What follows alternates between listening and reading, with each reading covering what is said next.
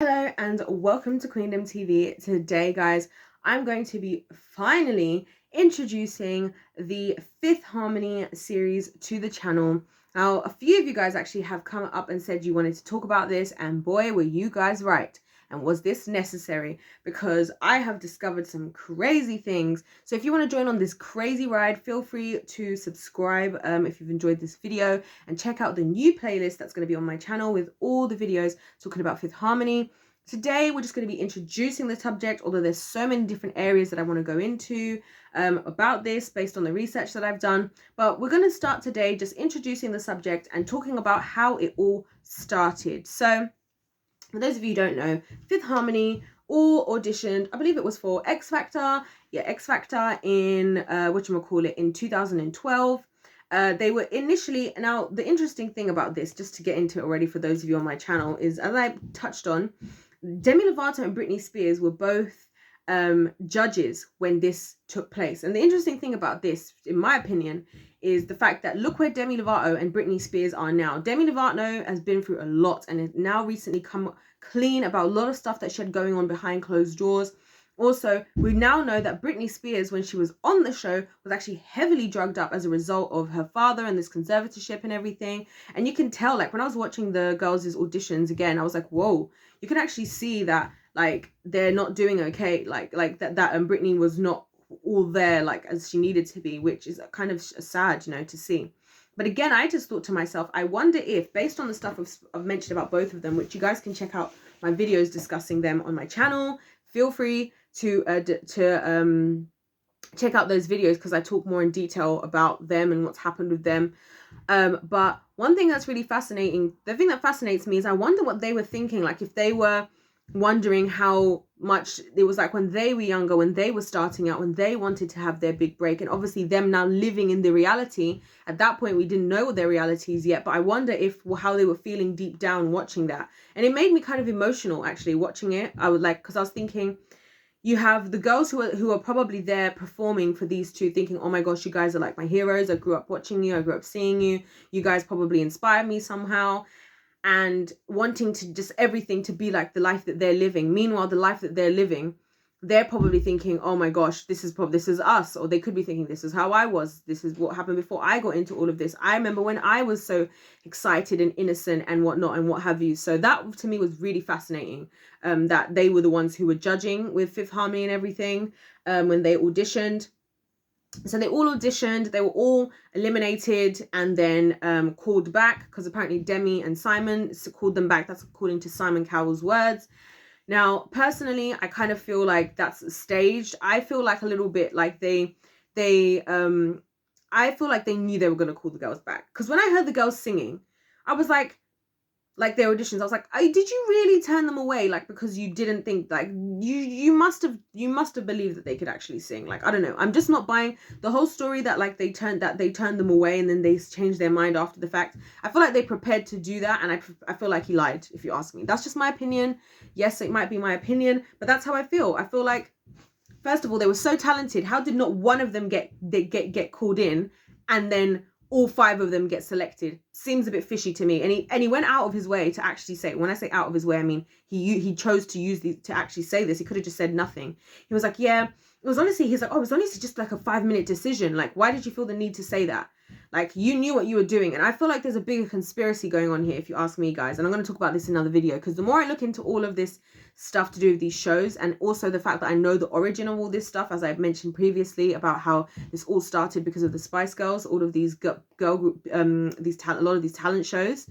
I feel like him saying, oh, we just what was it? We decided to do this in 5 minutes, seems like a lie to me. I feel like they knew exactly what they were doing, if you ask me. Why would you have turned, if you go and watch those girls' auditions, why on earth would they have turned them away when they were so good? And they are so good. And this is the other thing about the talent programs, and why I'm really going to be delving into this, into the nitty gritties, right?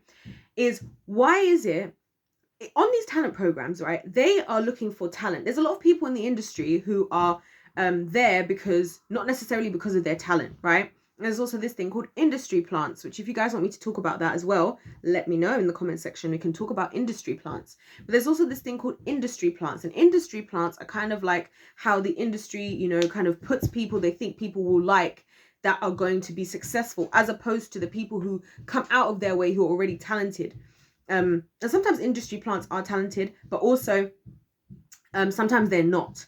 And this is why I feel like the talent programs are very cheeky, because that is a way of finding real talent. They're all already competing against each other, so you really are getting the best of the best, right? Which is why it's odd for me to for them to say we turn them away, and then we decided, like, are you this doesn't make sense to me personally. That's all I'll say, because this is a talent program. They were talented, but that's exactly why I think they do this, because in a talent program, rather than having to try and have somebody else that they have to try and, you know, auto-tune or put in like a year's worth of vocal lessons and stuff, they have people who are already really good. So pretty much the show almost is like their like training camp, if you want to think about it like that, where they train up every week. We look at it as the live shows and a competition, when in reality, to me, what are they doing behind the scenes? They're getting singing training and working with vocal coaches. What are they doing behind the scenes? They're learning how to dance and perform. So by the time that they're finished, they know how to be performers. So whatever they do now, they can be released as full-blown pop stars. So we might look at it as a competition.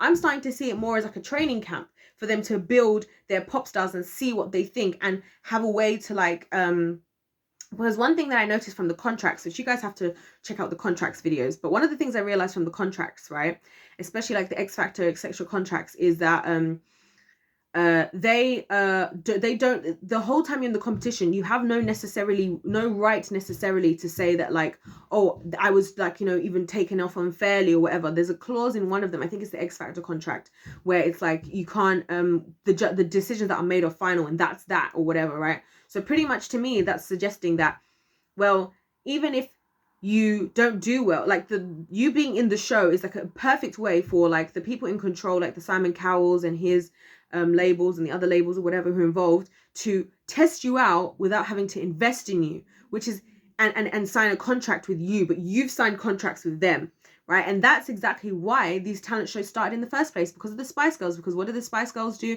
The guy who started the Spice Girls, he trained them up for a year in what? Singing, dancing, etc.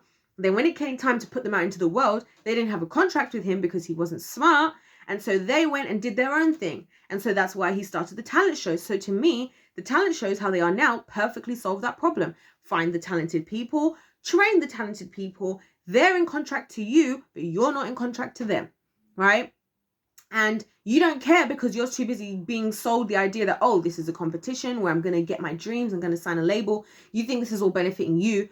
Not necessarily, because it's only a benefit to you if it's actually the career you want, if it's actually the work you want to do, if it's the music you want to do. Little foreshadowing, one of the things that Simon Cowell said about Camila Cabello when she left was the fact that she wanted to write her own music. And he said that as if that was like not necessarily the norm, right? Which a lot of us would think, if somebody releases a song, obviously we know there's songwriters and stuff. I'm not saying there's not songwriters, but that was something for him that was like, oh, the fact that one of the biggest issues she had was that she wanted to write her own songs. So what does that suggest to me? It suggests that her being and them being in X Factor and coming together, being put in a group, it was not for them to have the career they wanted. It was for the career and what should we call them? The producers, Simon, whoever, what they wanted, right? Otherwise, why is it an issue that Camila wants to do her own music?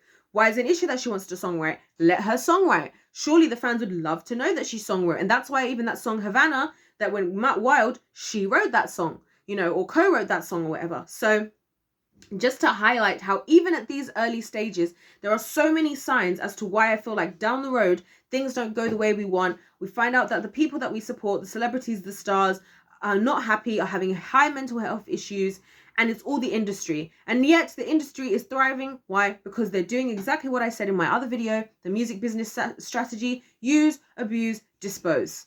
That's what they do. And what better way to do that than through a talent program where you're getting the best of the best to compete. They're all here starstruck, more wanting to be with you, and so excited that Demi Lovato and Britney Spears are on the judging panel, not knowing what you're getting them to sign in the contracts, not knowing that it's all going to be about you. Because another thing that I realized is, obviously in the end, so Fifth Harmony came third place, right? Which again, I have my own theory about that, because sometimes when you don't come first place, there was always this known thing that a lot of the time people who come second do better. And that's because the people who come first place are already going to be in a particular record deal, right? I feel like, again, this is me and my conspiracy head, but Fifth Harmony coming third is a bit interesting because I feel like it was perfect. So then they didn't win, but what's that going to probably put inside of them? Bit of a sense of maybe desperation to, oh no, we're so disappointed. We wanted to win. We wanted to this. And so what then happens is they sign a deal on January 17th, 2013. They signed with Psycho Music and Epic Records. Psycho Music, which is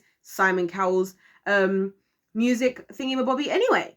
So it's like his label anyway. So it's like they now signed into this thing, right?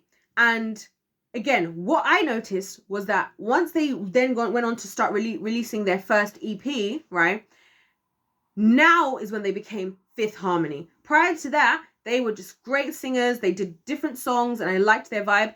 Then when we saw their first EP, their first single, which was Miss Moving On, they now were a pop group. And you could see that they were a pop group in the first ever video that came out. It was like cookie cutter. Like if you had to go to all the pop, if you were to watch so many pop videos and write down all the things that you see in all of them, they were hitting all those things. And at that moment, I feel like is where they lost their identity as individuals and they became a puppet and a product for the entertainment industry at that moment. And when I saw the first video, I was spooked because when I was watching their videos of them singing, like before they were in the actual Fifth Harmony official group when they were still in the show, I was getting goosebumps. I was loving seeing their personalities. I was loving seeing themselves and who they were. And then all of a sudden, they've become this perfectly presented group. And I'm going to mention something that's kind of off the topic a little bit, but it will give you guys a little bit of understanding of why I like to look deeper into things. Like one of my favorite sections, my favorite probably genre over movies is the thriller section. And I'll tell you why thrillers are my favorite. Because I don't like to watch horror movies because I'm not going to get into why I do like them, but I don't think that I don't think I should watch them anyway. But thrillers, I like thrillers because when you watch a lot of thrillers, especially these more modern ones, you'll notice a theme that in the very beginning, everything looks perfect. It will have like a perfect looking family and they'll eat dinner and it'll look perfect and the house will be perfect and the driving will be perfect and the couple are kissing and they love each other and it's amazing. And the children do everything and they're like, yes, mom, I'm going to school now. I'm like, okay, Johnny, here's your lunch, right? Fast forward like 50 minutes and there's psychos and all sorts of crazy stuff going on and they build it up slowly, right? So I realized that this perfect picture they do at the start of thriller movies, it's like a big disguise to give you one idea and to totally distract you so that you don't expect what's to come. And that's why I always know when I go to watch a thriller, if it all looks perfect in the beginning and like a lovely little family and whatever, or some really well-meaning neighbors, I know that this is going to be a good thriller. I'm like, this is going to be good. And then fast forward like an hour and a half into the movie and that same person is now doing a madness, has done crazy things. I'm not going to start talking about it because I don't want to get all crazy, but yes, gets crazy in thrillers. I feel like this is what happens in the entertainment industry. They present us with something that looks so perfect, right? Just like their first video, that we are not questioning anything. We're just like, oh my gosh, it looks amazing. They're thriving. This looks so professional. That's what you might be thinking. Oh wow, this looks so professional, whatever. No, I think the opposite. I think this is the product that they believe is going to sell, which will sell because we tend to buy things that we bought before if we liked it. For example, if you go to the reason why you go back to McDonald's and you order the same thing is because you liked it the last time, right? But the thing is, what the industry doesn't allow for room for is maybe a new menu item you might like. You might even prefer it to your old item, which would be like the artist being able to do the work that they want. But obviously they don't want to take the risk of the artist doing what they want. They want to do what they know works. And that's why I feel so many of them get chained down into being pop. You know, nothing wrong with pop if that's what you want to actually do. But I'm just saying, even in this case, the loss of identity as well, because they just become a group. That you can see all of them as individual people, but they're all in this brand, you know, and we get sold by a brand because we think, I want to go back for that brand. Oh yeah, I'll buy that just because that brand that's from Nike. Oh yeah, I'll get that just because whatever. Why? Because we're sold by a brand, right? Normal thing about human beings. I think the entertainment industry exploits that about us and uses that against the artists who, a lot of them, if we just supported them, we would love what they brought to the table. We just don't know if we would love it because we've never seen it, and the industry never allows us to see if that's how we would feel. Catch my vibe? So yeah, so that's how it all started. That's how it all started.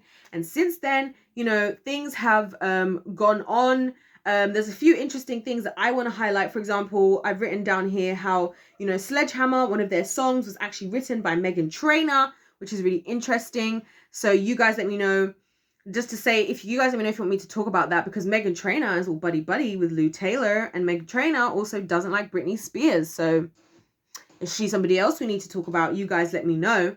And also just a little hint into the kind of serious issues and just injustices of Fifth Harmony. One of the things they came out about after the fact, which again proves my point that they're just trying to exploit and use and abuse people, is the fact that they used to have to compete for parts on their own songs, i.e. they would all sing certain parts and then they would all discover who got the part when the song was done, like when the song came out. Can you imagine that, guys? Like, imagine having to compete with your bandmates. And this is why I feel like these are the types of things that started to sow the seeds of division amongst the girls. Because when I saw the like vibe amongst the girls in the beginning, they were really, I feel like they really were bonding with each other.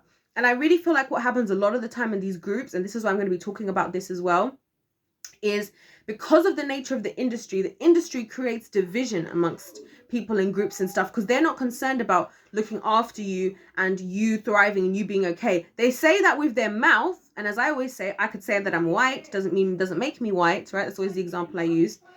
But what they do by their actions is something different. And I think they're the ones who sow these seeds of division and issues amongst a lot of these groups because of stuff like making them compete, etc., which then leaves those people in the position where they're like, well, you know, maybe like for Camilla, for example, I feel like one of the reasons she had so many issues is just because she wanted to songwrite. She wanted to do her own thing. And I don't think it's because she thought she was anything more special than anyone. In fact, I feel like that's definitely the fact, because she didn't even used to sing in front of her family. So I discovered today, like, she used to only sing when her family were out, and it took a while for her to gather up the courage even just to sing in front of people, you know. So like I said, there's so many different interesting things to address about this whole situation. So I'll definitely be talking about it. So please subscribe, guys, if you're interested to hear about all this stuff.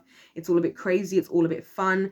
But and it's but at the same time also it can be very serious, and I feel like these things need to be spoken about, and I don't seem to see many people or even anybody speaking about stuff from the perspective I'm coming from. So if you do appreciate that, please do comment, please do subscribe, please do share the video as well if you feel like it's share worthy in your opinion. I'd really appreciate that.